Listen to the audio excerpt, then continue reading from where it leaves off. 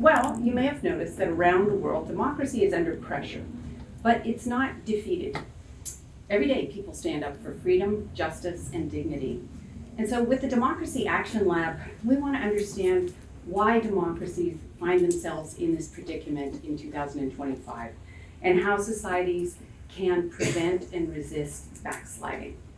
So the Democracy Action Lab, or DAL as we're calling it, has two arms. First is the Research Hub, where we study the dynamics of backsliding using cutting-edge research methods. And the second is the Democracy Garage, where activists and researchers will co-create tools for democratic resilience and renewal. DAL is born from the idea that research and practice don't meet often enough in the defense of democracy here at home or abroad.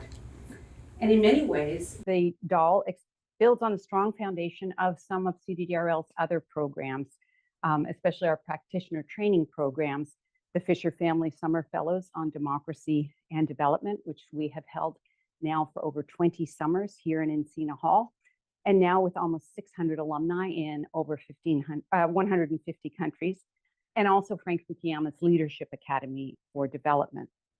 So just as these practitioner programs have informed the research of many of us at CDDRL, we want to use the Democracy Action Lab and our practitioner networks to address the urgency of the current moment where democracy is at risk worldwide.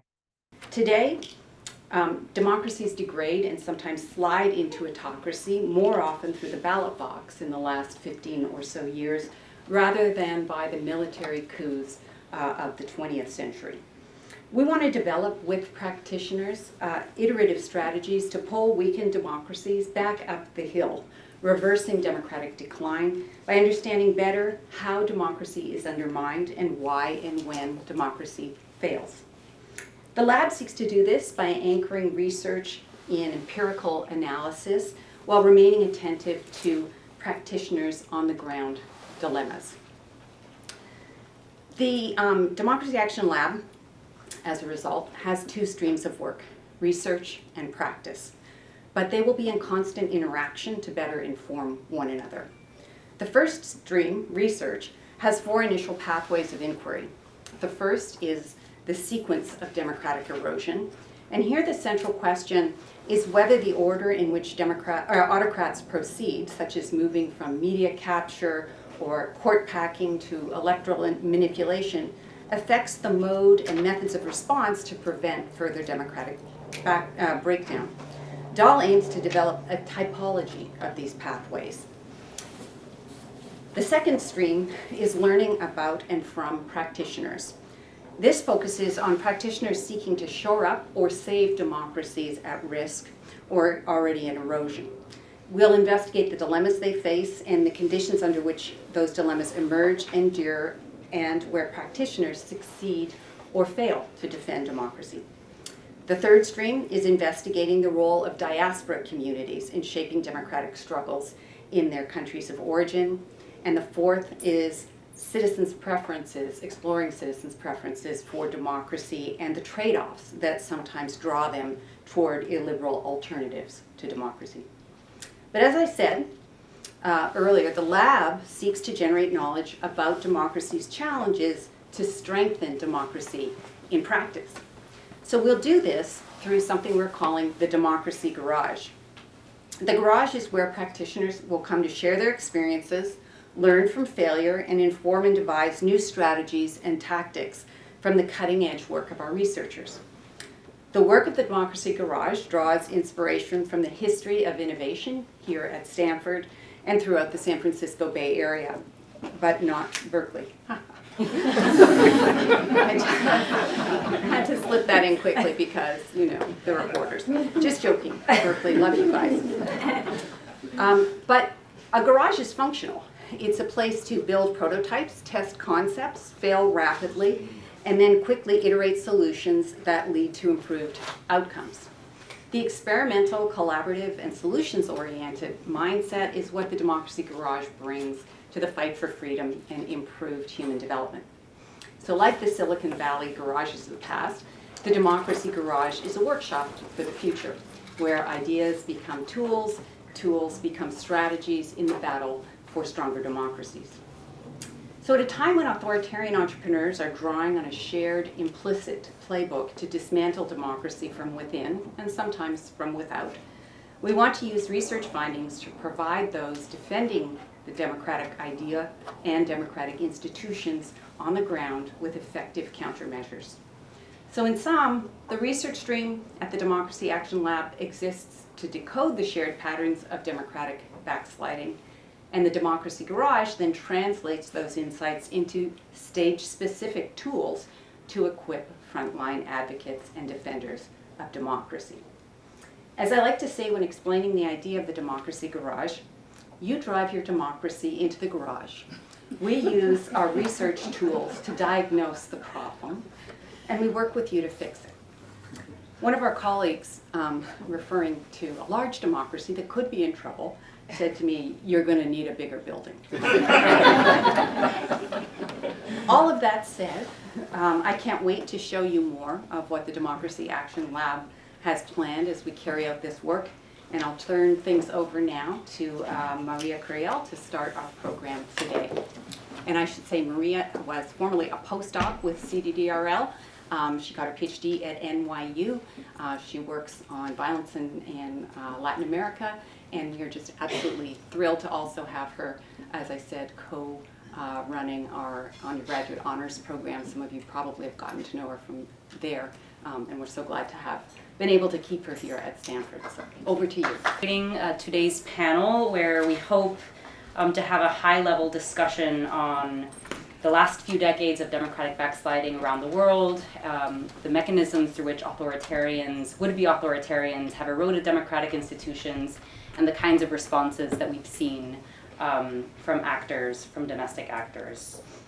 So I'll begin just with a brief introduction of our panelists. Our first panelist is Professor Anna Grzymala-Busse, a leading scholar of political institutions and post-communist politics. She is the Michelle and Kevin Douglas Professor of International Studies here at Stanford and the Director of the Europe Center.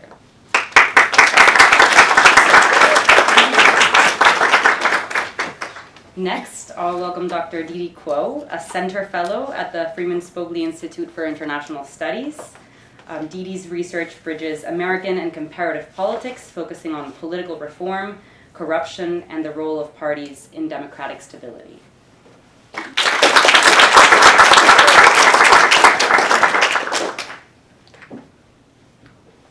We'll follow with Professor Beatriz Magaloni, the Graham H. Stewart Professor of International Relations, Director of Poverty, Violence, and Governance Lab, co-director of the Democracy Action Lab. Beatriz is a pioneer in the study of authoritarianism, violence, and state capacity. Her work has shaped how we think about governance in fragile contexts in Latin America. In particular, please welcome Professor Beatriz. And finally, you've all heard from our last panelist, Professor Kathryn Stoner, Mosbacher Director of the Center on Democracy Development and the Rule of Law, Senior Fellow at the Freeman Spogli Institute. Her research examines democratic development, authoritarian durability, great power politics with a regional focus on Russia. Please welcome.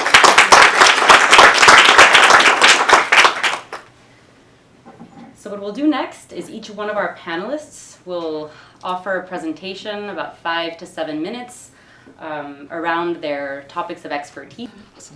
Thank you so much, and it's really an honor to be here at this inauguration of such an important new institution. And as we'll find out, institutions really matter. So I'll talk briefly about what democratic erosion is, the patterns of its rise, and what the results have been. And it's a mixed bag in each of these cases. So when we usually talk about democratic erosion or backsliding, I think the core message here is that it's not just democratic erosion or backsliding. It's the erosion of liberal democratic systems, right? And so what we really care about is the fact that we are moving away from a system where you have majority rule with minority rights. We're moving away from a system where the rule of law applies to everyone, at least notionally. And we're moving away from a system where there is transparency, oversight, and monitoring by popular institutions over the executive, broadly conceived. And that consists both of the erosion of formal institutions, The classic pattern is to go after the judiciary, attack the media, attack civil society, and eventually change the very institutions and laws of a country. It also means going after the informal institutions. So the norms of forbearance and tolerance, toleration of criticism, both from the media and the opposition. And above all, a sort of broad understanding of who the polity is.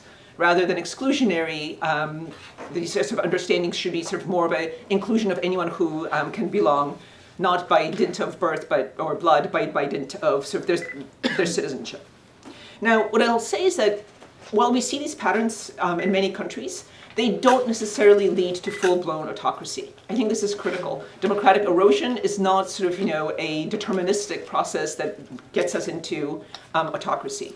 If it were, we wouldn't be here, for one thing. So what are the patterns of their rise?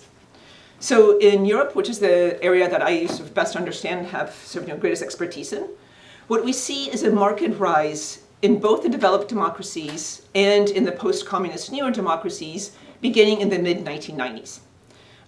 By basically from the mid-1990s until today, we have a tripling of support for these parties from roughly 5, 6, 7% to close to 20 in the developed democracies, and starting off at a much higher level from about sort of 25 to 45% on average in the post-communist democracies. And there are sort of three sets of explanations that have been advanced for why this is happening. The first of this is sort of worries about cultural status, about sort of previously sovereign, relatively homogeneous countries now being exposed to the European Union, to immigration, to forces that basically force a rethinking of that sort of familiar identity. Another explanation focuses on the economic pressures. Here again, we have sort of the European Union basically and its demands, its economic demands. We have the sort of undercutting of public provisions. The welfare state in Europe that had been such sort of a mainstay from the 1940s until the 70s is really under attack and it's fraying. And in light of these, the mainstream parties basically don't really respond. Above all, they don't respond to the main issue that has been driving support for these parties, both here and in Europe, and that is immigration. And immigration is seen as a double threat, both because it undermines this kind of cultural homogeneity and the status of people who currently are citizens, and because it is a source of competition for these already fraying public services. So more competition for schooling, education, roads, housing, and so on. And so this is an incredibly powerful force in gathering support for these illiberal populists in Europe. The problem is that the mainstream parties haven't really been able to offer a response that consists of anything other than, well, there's really no other way. And it's that gap between demand and mainstream party response that's really driving the rise of these parties. Now, what are the results of this? So we have seen these parties come to power, and by that I mean sort of have the control of the governing coalition in places like Poland, Hungary, and Turkey, and the results have been execrable. We see a lot of undermining of formal institutions, sort of the doing away with all kinds of norms, and above all, a redefining of the nation very narrowly, where religious, ethnic, sexual minorities are seen as outside of the realm of the acceptable. But there's a really important caveat here. Because these are proportional representation parliamentary systems, even though these parties are on the rise everywhere, they've only been able to damage democracy if they gain control of basically a unitary government. If they gain a majority by themselves, that's when the trouble starts. So we have multiple cases of these parties trying to gain power and even entering coalitions, as in the Netherlands, and being able to accomplish very little. Because in a proportional representation parliamentary system, other parties can either contain through coalitions or through sort of, through basically absorption, or they can erect a cordon sanitaire, as was the case in France most recently, and in Austria, where all the other parties rejected working with the illiberal populists. And this comes to the depressing part of this little litany of horrors. Unfortunately, in the United States, of course, we don't have that luxury. We don't have a proportional representation system. And that's the main condition under which illiberal populism can survive without thriving. And on that note, I will turn it over to Didi, who will talk about the US. Well, actually, is it Beatriz? Oh, I'm sorry. Okay. We're skipping.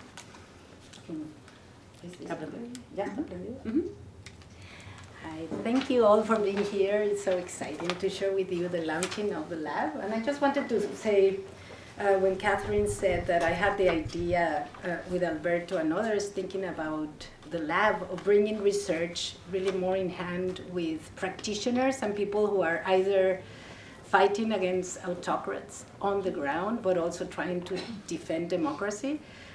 We spoke about that, and I want to just recognize that Kathryn was a fearless leader at CDDRL. She immediately got on board of this, and together we, sort of raised the support of our donors, and we launched the lab. So I really want to acknowledge that, and I'm really very happy to be here co-leading this with Alberto and our team that you introduced.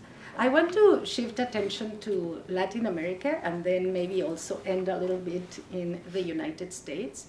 So Latin America has really been experiencing for a long time this backsliding. We hear about Venezuela, which was one of the most enduring democracies in the region, and it suffered really the first case of serious backsliding, first with the election of Hugo Chavez and now Maduro, and we know how this regime has progressed from being sort of a competitive electoral authoritarian regime to evolving into a really very tyrannical regime that simply has refused to step down. They lost the last elections, and they have only remained in power because of the excessive use of force at this time. But I want to also highlight that there has been other cases in the region where institutions have been eroding, and where leaders that are elected with a lot of sort of high popularity, then they start to erode institutions, as Anna was saying. So the first thing is packing the courts, then it's trying to get rid of term limits, and really by that perpetuating themselves in power. So we also saw that happening, for example, in Bolivia with Evo Morales, who brought at the beginning really necessary redistribution and the, sort of bringing the indigenous population, which is the majority there, into the party, sort of the state apparatus, and with a new system of redistribution. But little by little that evolved into executive aggrandizement, and he tried to stay in power by getting rid of term limits. We also saw that happening that in Ecuador, although Ecuador was resilient, but the same process happening. So we have seen in Latin America democracy being challenged by left-wing populist leaders, but I also want to highlight a new way in which democracies are being critically challenged today, which is on the right by leaders like Nayib Bukele. And I don't know if Manu, you could project a little bit of, is it there? No, we don't have it there. Okay, No, so I want to highlight this case. We've been doing a lot of research in El Salvador, and El Salvador is now really a very sort of critical focal point in the region, not only Latin America, but as you also could see how Donald Trump is engaging with El Salvador and what it means El Salvador model for the region. So as you know, our region is the most violent in the world. We have the highest homicide rates. We have incredibly powerful organized criminal groups that are capable of challenging the state and that are ruling large proportions of our territory. So any leader who promises to resolve this problem obviously is going to be very popular. And one of the key dynamics of backsliding today is that most leaders who come to challenge democracy do so through elections. So Bukele came to power, and he was able to, first with pacts with the gangs, but then through the declaration of a state of exception that basically eliminated sort of rights to due process, was able to send the Maras, which had been terrorizing El Salvador for a long time, into prison. So if he had stopped there, we would understand the popularity of his leadership and presidency. Of course, he has followed the, sort of the autocrat's playbook in the sense that he has packed the court, he changed the court allowed him to run for a second term, which was unconstitutional, and then now having won the elections, he has a supermajority, he changed the constitution and just this summer he is now leader for life. There are no term limits. So this is a very typical way in which autocrats today undermine democracy. But I want to emphasize something that I think is not well known for people who don't study El Salvador closely. So he instituted this state of exception, which has been extended for 42 times now. And through the use of this state of exception, we discover now in our interviews with human rights organizations, but also with victims of the regime, Bukele is basically imprisoning innocent people. So we normally see Secot, which is this high security prison, and he wants to show that in his propaganda of this is really what popular leaders who are tough on crime ought to be doing, and that's really, even the Homeland Security Secretary went there to, picture herself in front of these prisoners. But really what we don't know is that most prisoners are being sent to other detention centers like Izalco and Mariona, which is a really large criminal archipelago. And we discovered that there are so many innocent civilians that have no connections to the gangs, that have no right to defense, that are sent into these prisons, that they are held incomunicado, that they are really starved. So we heard they are fed 1 tortilla a day, and their families have to bring paquetes, so packages that cost from $70 to $150 to feed their prisoners. And with that, was really suffering systematic terror and torture in these prisons, and there is nothing to be done. So Bukele has extended this criminal carceral or state of terror now to prosecute his political enemies. He has imprisoned environmental activists, he has imprisoned human rights defenders, and also those who criticize him. Every major newspaper has fled the country because they have arrest warrants against them. So what I want to bring us back is the critical importance of the due process institutions for democracy.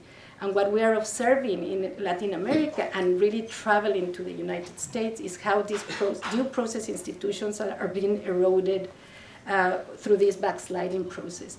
And this is something that I think we ought to be very worried and concerned about as we see, for example, Donald Trump expanding ICE and its brutal ways in which ICE is dealing with immigrants with no due process, and with the same strategy of creating this sort of carceral state that responds to his political interests. So expanding the National Guard also to prosecute terrorists in cities that are democratic or that there are protests and he can really just call them terrorists. It's a very similar strategy to the one we observe in El Salvador. So as we speak today, Latin America is having elections this and the coming year in around, I don't have like 7 countries. In all of them, Bukele seems to be the most popular leader. Even in Chile, a long, very stable democracy, Bukele is the most popular politician there. In Costa Rica, long enduring democracy, Bukele is the most popular president. So I think that this discourse of criminalization, of turning criminal populism into a form of punitive authoritarianism is something that we should be very concerned about. And that's some of the first things that our lab is going to be doing, is working hand in hand with these activists and innocent people who have been imprisoned to really understand what is really going on behind this propaganda that seen from afar. We understand why a leader who solves this problem of violence would be so popular, but the reality is something really much deeper. Thank you. Okay, those were 2 really depressing things. I'm going to try to change the discussion a little bit and talk about what it means to build a pro-democracy coalition. So one thing that I think is so important about the Democracy Action Lab is a lot of our social scientific theories are about structural explanations, institutional explanations, economic, political, etc. We are in a highly agentic time. The choices that individuals make on a micro level today are hugely consequential for tomorrow. Those are really difficult to theorize, but if we have any lessons from countries that have stopped backsliding, it is basically that you require a pro-democracy coalition. Now, you've probably already seen a lot of commentators say that. The Democrats need to get their act together and oppose things. Civil society needs to be active. What does that mean in practice? I'm going to draw on 3 countries, Brazil, Poland, and France, to say what their oppositions did, broadly construed, basically that's at the level of the political parties as well as civil society, to stop either an illiberal candidate from winning an election, as was in the case of France, or to stop an illiberal party or leader from winning re-election, as was in the case of Poland and Brazil. So the first thing that needs to happen, and this is also drawing on lessons from our Fisher Family Summer Fellows and from a lot of democracy activists who are trying to build a transnational democratic network, is that you need to set aside all policy differences and partisan differences. What matters right now is thinking of yourself as a democratic citizen and a democratic agent. So in practice, that means no purity or litmus tests, and that's difficult for civil society. Usually civil society is pretty fragmented and pillarized around an issue. So you might work on public schools, you might work on maternal health. Right now, anyone who cares about having policy fights and winning a policy goal needs to preserve democracy first. So I'm going to call that a day one concern. If you are a Democrat or a Republican, and by a Republican I mean a non-MAGA Republican, you need to think of yourself as a little d Democrat before your party identification. I'm sorry that I'm echoing. And those are what allow a coalition to happen. Now, in brass tacks, what that means is that these different political actors find the minimum unifying message they can that draws together everyone under the common umbrella of preserving democracy. I think No Kings is actually a really good start. A lot of these messages in other countries have been about anti-corruption messages or pro-rule of law messages. In France, a lot of the opposition candidates and parties said things like, let's preserve democracy today so we can fight about policy tomorrow. And they've shown us that they can continue to fight about policy, because that's certainly what they've done since. In Poland, there was messaging around preserving the liberal democracy you fought so hard for only 30 years ago. So something about, hearkening back to your democratic values that at your core allow for you all to coexist in harmony despite your differences is something that has really worked in some of these cases. The second lesson is that it really takes time and focus to build a coalition. A coalition does not come together overnight. It requires a new politics of coordination instead of a politics of advancing a policy goal. So what you're trying to do is find any neighbors, okay, faith leaders, librarians, comedians, okay, as the Jimmy Kimmel lesson taught us, of people who have been aggrieved by this administration, either directly or through their values, and want to work with you. Another lesson is that this requires winning an election, okay? So an election is a focal point in which an illiberal leader comes to power. It is also a focal point to stop that illiberal leader from winning. So the 3 cases, in France, for example, in 2024, in the first round of French elections, they have a 2-round system, the National Rally, Marine Le Pen's party, seemed poised to win. So in the second round, 132 candidates on the left, through a coalition of leftist parties ranging from the Communists to the Greens called the New Popular Front, stepped down from their race to allow a non-National Rally candidate to win. 80 centrist candidates, through a bloc on the right that was partly included Emmanuel Macron's party, they agreed to step down from their races as well. Then they all held their noses and voted for someone across the political aisle, meaning people on the right voted for the NFP lefts, and people on the left voted for the Emmanuel Macron people on the right, to prevent a National Rally candidate from winning. You might not imagine that you could vote for someone who is someone whose political ideology is very different from yours. You might be accustomed to fighting against them. But in this moment, you need to be willing to coordinate strategically at the local level and support whoever will defeat someone like a MAGA candidate, for example. In Lula's re-election, actually, against Bolsonaro, he promised to govern in a coalition. He appointed a former center-right rival who had run against him to his vice presidency, and appointed 2 former Bolsonaro ministers to his cabinet. That was a sign that having been associated with the illiberal regime was not going to preclude you from political office, and instead really was a visible sign to the public that across the political aisle, everyone could agree that Bolsonaro was a threat. And they worked with civil society organizations, like one called Pacto, founded by one of our Fisher Family Summer Fellows, to protect election integrity at the local level too. So they countered a lot of disinformation about how elections were rigged. And finally, in Poland in 2023, party blocs also came together like those in France, one called Civic Coalition, that was a coalition of parties, one called the Third Way, and one called the Left. They all coordinated their pro-democracy messaging, and PiS lost the legislative majority for the first time in many elections, and I'll leave it to Anna to specify how many. But basically the point of all of those kind of quick anecdotes is that stopping illiberalism is possible when you are extremely strategic in your overarching goal being the defeat of an illiberal project.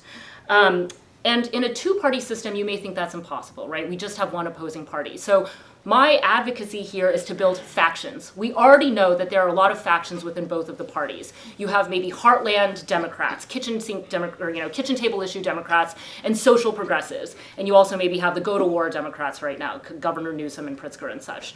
On the right, the Republican Party has been entirely co-opted by the MAGA wing, but there are still Republicans, rule of law Republicans, libertarian purists, people. The Cato Institute has been hugely against a lot of what Trump has done. These are people who can identify themselves as a coherent faction, even have leaders, have candidates associated with their factional brand, and say that we are all going to work together to preserve this democracy. So we don't need the Democratic Party to be totally coherent or totally cohesive behind one unified message. Instead, we can kind of let all of these different factions flourish in this moment.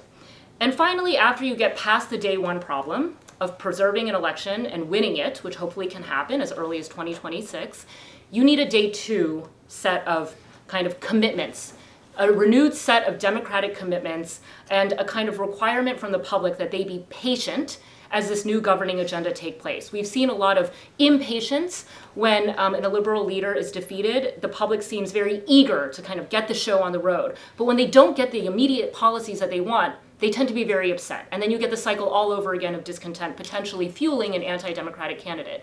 What you will need then is to tell the public that the leaders are now committed to the rules of the game. Policy debates will take place. Hopefully the government can show that it's responsive, but that it will take time. And I'm kind of thinking a lot back to the literature on democratic pacting from the 1990s and what something like that could look like. Because we've had a few cases in which backsliding was stopped, but we don't have many cases in which backsliding, that stoppage led to like what we might think of as democratic renewal. I think all of that is possible, and in fact I think it's like probable, but having it happen in the short term will take kind of the concerted efforts of anyone who considers themselves a pro-democracy person. Great, thank you, Didi. All right. With Kathryn. All right, I'll try to be brief. So, but as you know, that's not who I am. But at least you know I'm trying. The lab is also going to look into international factors that might influence backsliding. So when we think about international factors, obviously there was a whole big literature about there's a certain legitimacy to liberal democracy, rights, freedoms, emphasis on the individual, and the importance of the legitimacy of being elected, that society should control the state rather than the other way around. So perhaps as an idea, it was triumphant. And we certainly saw this contagion of democratization that is now at risk in Eastern Europe, but we saw it through parts of Africa as well at the same time. And now we're seeing all of this come undone. So the question then becomes, are we at the point where we're in the end of history, and why is that, right? Is it because of only internal factors and institutions and structures, or is there some illiberal contagion? And why would that be? If there was a liberal contagion, can there be an illiberal contagion? And so I think there are some broader international factors that have already been discussed, but there are some specific ones that I think have degraded the attractiveness, perhaps, of liberal democracy. And then there are autocratic entrepreneurs, like Vladimir Putin, for example, who have purposely pushed on cleavages that already exist to try to degrade the quality of democracies even further. So when I said, you know, the triumph of the liberal idea, I just was looking it up, this quote from Vladimir Putin in I can't read my own slides here, but it was 2019. He gave an interview in the Financial Times, and he said rather smugly, "The liberal idea has become obsolete. It has come into conflict with the interests of the overwhelming majority of the population." Not clear which population, but the population. "Traditional values are more stable and more important for millions of people than this liberal idea, which, in my opinion, is really ceasing to exist." So he doesn't believe that there's a value in the liberal idea, and he's quite blatant about it here. But the thing is, he doesn't really offer an alternative, right, that is particularly attractive. And until he's able to do that, all he can do is really use the resources that he has to undermine further some internal cleavages and divisions that are already degrading, in particular, some East European democracies like Hungary, Poland, but also West European democracies. And so one of the international factors is is someone like Putin, and it's not just Putin, but since I'm a Russia specialist, I've already confessed that, I'll pick on him and focus on him, but trying to exacerbate what already exists. And we saw it in our own elections here in the United States, what came up with the Mueller report, that in fact there was a concerted effort to confuse people about what was truth and what was fiction, and to even try to mobilize fake groups against one another. Whether it succeeded is another matter, but there was definitely an attempt, and even Putin has obliquely acknowledged that. Also trying to undermine the possibility of liberal democratic governments rising in places that are strategically important to Russia. So we see the supply of money and also of misinformation technology in different parts of sub-Saharan Africa, the supply of militias, for example, and even into the Middle East as well. We've seen it in particular in the neighborhood, Russia's neighborhood, so even closer to its borders. But we've also seen money given to Marine Le Pen by the Russian government to try and get her elected, or at least to undermine Macron and encourage what is already a sort of nationalistic rise within France, and for some of the reasons that Anna mentioned, immigration not being the least. It's actually sort of interesting, one of the things I want to explore through the lab is that nationalism was in Eastern Europe more of a factor that encouraged democratization, because it was a nationalism that was against the Soviet Union trying to extract Hungarian or Polish or Czech or Slovak nationalism in favor of a communist ideology. Now we're seeing nationalism as something that is degrading liberal democracy even further and pushing parties further to the right. All this said, I want to end on a slightly positive note, which is that there are success stories, and that's something we want to explore at the lab as well, so that we can share those success stories with and experiences with practitioners in other countries that may have similar problems but hadn't thought of how to, for example, build the coalitions and political parties and basically get over themselves to form coalitions to get elected. And so one of them, you could argue, is Ukraine in the Orange Revolution in 2004, where there was a disputed first round result of the presidential elections, and that was overturned. There was a second round as a result of a decision by the Constitutional Court in Ukraine. The election was run again, and the opposition coalition that had formed won in that second round. Unfortunately, the lesson is they couldn't govern together. The coalition falls apart, and so the Russia-friendly party that had originally been defeated in 2004 wins the presidency in 2010. Fair and square, though, so the processes and procedures worked just fine, but sort of fails to govern in a non-corrupt way and is overthrown ultimately in 2014 with the Revolution of Dignity. Then in comes a new president, Poroshenko. He loses in 2019 to Volodymyr Zelensky, who you all know, and Zelensky has been president ever since because Russia was then attacked Ukraine was then attacked by Russia, and so Zelensky has not been able to run again, and the parliament has not been able to run again for election. That's because of external factors. Why don't they run an election? Well, because in wartime, that's an excellent target for Russian drones if you have people going to polling stations. So it's been a real dilemma for Ukraine to try to maintain this. And then finally, I won't talk about it too much more. Moldova is a poor country on Ukraine's outer western border that just had an election. I see Eric smiling, a successful election that had a pro-Europe party come into power against all odds, including against significant resources that Russia threw at it. So it's obviously possible, and we look to highlight success stories as well as stories of democratic backsliding to try and learn some lessons of what can be done to defeat it.